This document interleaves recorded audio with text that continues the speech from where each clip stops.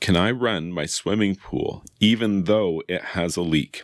This is actually a really common question. To me, I would think it would be really straightforward, but it's not for everybody. Not everybody is technically inclined, and obviously I'm not an objective point of view because I've spent my entire life working on swimming pools. So I know the obvious answer here is that you really cannot and should not continue to run your swimming pool if you have a leak. Like, don't have your garden hose just running in at one end and it leaking out as fast as you're filling it in. That would be a terrible idea. And let's talk about the reasons why. Well, first of all, consider this. Let's say in a 20 by 40 swimming pool, 1 inch of water loss, that's 500 gallons of water. So when you come to the table and you're like, oh yeah, I lost like 4 inches of water in my pool this week. And it's like, okay, that's like thousands of gallons of water. So that's a really big deal. And I certainly wouldn't want to continue to run my pool like that. Like the number one reason, not the number one, but like the first thing that comes to mind, the chemical and heat inefficiency, like all of that water that you're losing, like you're chemically treating it or you're heating it so that you can go swimming in it. And it's just leaking right out into the ground. It's like, running your air conditioner with all the windows in your house open. It just doesn't make any sense to do this.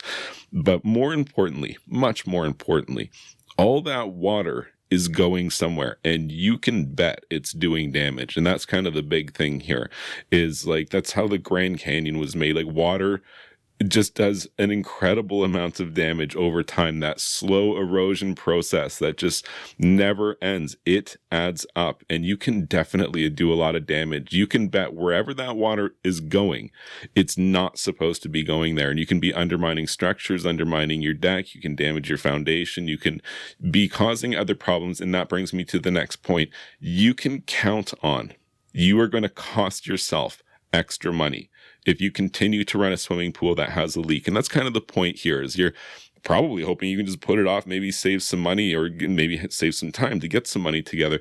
But the problem is you're going to cost yourself more. It's like driving a car that's broken. You wouldn't do it. Don't operate a swimming pool that's leaking. You have to get to the bottom of the leak. It is a process. You might have to pay somebody to do it for you if you're not technically minded, but it's definitely worth the money to do. You don't want to continue to operate your pool with a leak. It's going to cost you a lot of money in the short term, and it's probably going to cost you more money in the long term with the damages and things that it's going to go wrong with your swimming pool as a result of all this water leaking out over a long period of time.